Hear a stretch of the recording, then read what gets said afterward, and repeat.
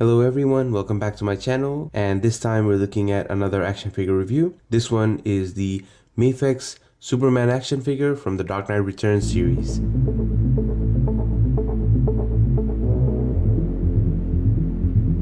So let's kick things off by looking at the packaging, and the packaging is similar to all the other Mafex packaging. You get like a big window open box here where you can see the action figure from. I have removed the action figure so you can't see him at the moment. You've got the big Dark Knight Returns logo here. Cool picture of Superman down the bottom here. Basically says Superman, the Dark Knight Returns action figure, Mafex, Medicom toy, all of that good stuff. On this side, we get a really cool flying pose of Superman and also the big bold text of the Dark Knight Returns again.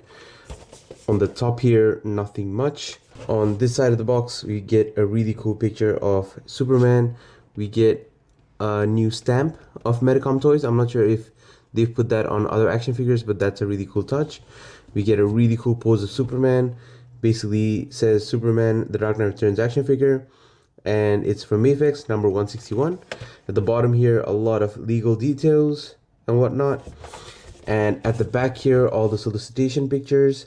Cool picture of Superman. So both the heads that we get in the packaging here.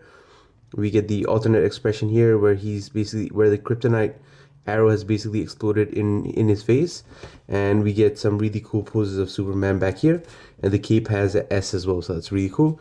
So here we have Superman standing in the light box, and he looks incredible so far. There's a lot of presence to this figure. He just looks really nice. There's a good silhouette of this figure. It basically just captures that essence of the comic book. So if we look at him up close, the head sculpt is definitely there. It's a very comic book accurate head sculpt. And just the hair flowing in the wind, the chiseled, very strong jaw. Yeah, there's a lot to love about this action figure. I really like the head sculpt, very comic accurate. The S on the chest is very, very crisp, very well done. There is a little bit of a paint mishap here and there, like a little bit of going outside the lines here and here, but not too terrible. I mean, it's still very, very crisp for me. The body is massive, very huge body, but it's a really good body sculpt, really good musculature everywhere. It's basically just a skin tight suit on a Superman, so not many details. There are some wrinkles in different places and not much to the paint as well. It's just a simple plastic that is colored to be blue and some paints of red for the boots, which look really nice by the way, and a different colored trunks section and a really nicely colored yellow belt. So really nice there, really good musculature everywhere, really good wrinkle details on the butt as well. That's awesome. And it's a really thick cape. I wasn't expecting it to be so thick. The wires actually run all the way across, all the way down, and all the way across as well. So there's a lot of wire on this cape, and it's a pretty big cape, but the way it's positioned at the moment, it just really poses well. So it's just staying down at the moment, but you can, I guess, furl it up so that it looks a lot bigger.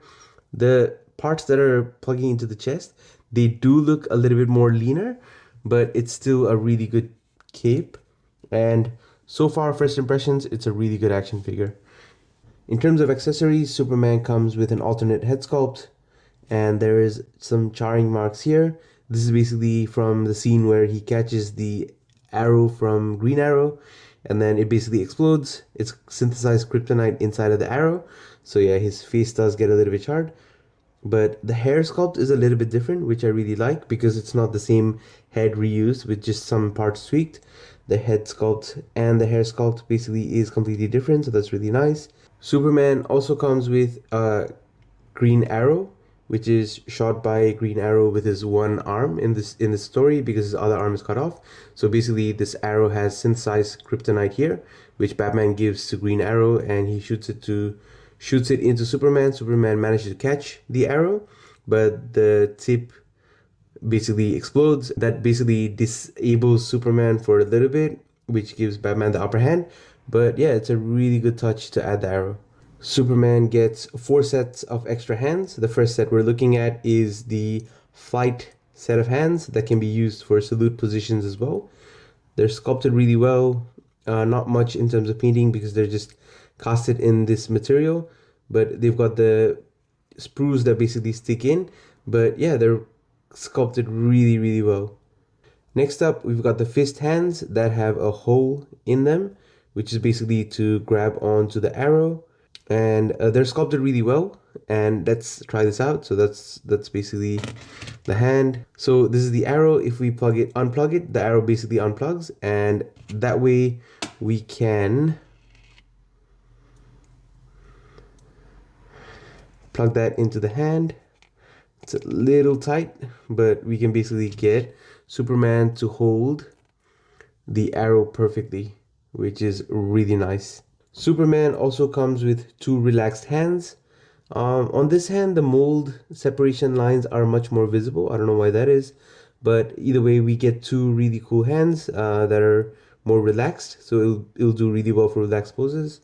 And finally, we get two gesturing arms that are basically reaching out or splayed open, and they could, I don't know, hold on to Batman's head in action sequence, or they could hold on to things. Next up, articulation. Superman can look up, no issues, with the head and the neck. He basically can look up that much, so easily he can get into fly poses. He can bury the chin pretty much, so yeah, he can look down fairly completely. He can swivel his head left and right, no issues there. He could possibly go all the way around, but then I can feel some resistance here, so I'll not go any further than that. Side to side is no issues, so yeah, really nice head sculpt. In the shoulders, he can go up about that much, which is pretty much 90 degrees. He can come down right next to his body, so all the way down, no issues there. All the way around, no issues there either. And the butterfly can basically give him some additional range of motion. Biceps can swivel all the way around, no issues there. Double joint in the elbows, that can do a little bit better than 90, which is still really good for a bulky figure. Diaphragm joint is going back about that much, going front about that much, so it's not too massive, but he can still do enough. There is a little bit of side to side, and he can swivel or turn around it, which is really nice. The lower abs can go forward about that much and back about that much, so just a little bit, but I'm a little bit more worried about it because it doesn't want to turn, so I'm not turning it here. With the legs, they are on a drop down, so they can kick forward about that much, but they're forward and a little bit out. They can go back down, no issues, drop down, engaged. They can kick up about that much, so yeah, not bad actually, that's pretty good. Double knees, which is deep but not deep enough, but with the muscles, the sculpted muscles are pretty huge, so that's still deep enough. Ankles can go up, down, toe hinge, very good toe hinge, pivot, side to side rotations, yeah, pretty much everything you'd want the ankles to do. So really good articulation on this guy, good range of motion, and I think for flying poses and everything you'd want this Superman to do, he can do it pretty well. So off camera, I tried basically posing Superman around. All the parts are really easy to pop off and pop back on. And with all the articulation, it allows Superman to get into some really cool poses. And this is one of the poses. I just basically quickly threw him into this pose. So posing around the Superman feels really nice. He's got a really good weight to it, which makes him feel really premium. I think more premium than other Mafex figures that I've handled. The joints are tight but not restrictive, so that's really nice. They allow for full range of motion, but still allow that kind of resistance, which is really nice. In terms of height, the Superman action figure stands about 6.5 inches. Alright, now to kick off a lot of action figure comparisons, because I have a lot of Dark Knight Returns action figures. We'll start off, I think we'll try to look at it based on when the action figures were produced. So this is probably the first batch of action figures that were produced that I have a hold of. So on the left here, we've got the Dark Knight Returns blue variant Batman with the yellow pouch belt and the yellow belt around the thighs. And on the right, we've got the Joker. I don't know what set these come from. I bought them loose, so they're basically just like this when I bought them. And for Batman, he is crushed over quite a bit. These are both 7-inch scale DC Direct action figures. So The Batman does look comparable in terms of height with the Mafex Superman, but he is a lot more bulkier or chunkier. And this is a 7-inch line, so obviously they are bigger action figures, but because Batman's crouched over, he just looks a little bit shorter than Superman. Next up, we've got a whole bunch of customs, and these are from the Mattel DC Multiverse lineup. On the extreme left, we've got the armored Batman action figure of basically customized the cape, and the head sculpt is a custom head sculpt that I created. You can find it on Cults 3D if you want to buy it and fit it onto your action figure. Next to that, we've got the Mattel DC Multiverse Batman action figure from The Dark Knight Returns, which is the blue variant. I basically added a custom cloth good suit to the Batman. The trunks are custom as well, and the cape, and the head is from Oribus, I forget, Oribus 22, I think. I'm not sure exactly. I'll leave a link if you want to check him out, but you can basically get these heads off of him, and these are custom heads I got when I joined his Patreon. On the right of the Mafex Superman, we've got the Superman from Mattel's DC Multiverse series as well, Dark Knight Returns. Everything is Mattel except for the hands. They come from a Marvel Legends action figure, I think Gladiator possibly. The trunks, the suit, and the cape is custom made by me. On the extreme right, we've got the Carrie Kelly Robin, and it's basically just standard. It's vanilla. I haven't done anything to it. So next up, definitely two of my favorites. On the left, we've got the custom Mezco Batman from Dark Knight Returns, and it's, I think, one of Mezco's first action figures, which is really cool. And I did end up having to get him on the secondary market, but I was lucky enough to get him. And the only issue was I got him basically without the cloth goods. So I had to sew him a new suit, new trunks, and the new cape. And on the right, I've got a custom Superman that I created from scratch. The base body is a Marvel Legends Gladiator body because of the boots. Because the boots were already red, I didn't have to repaint them. There are tutorials, by the way, for both of these action figures on my channel, the Batman and the Superman, so feel free to watch that. The Superman on the right is basically one of my first customs that I was really happy with. Custom cape, custom cloth goods, custom trunks, custom belt, everything.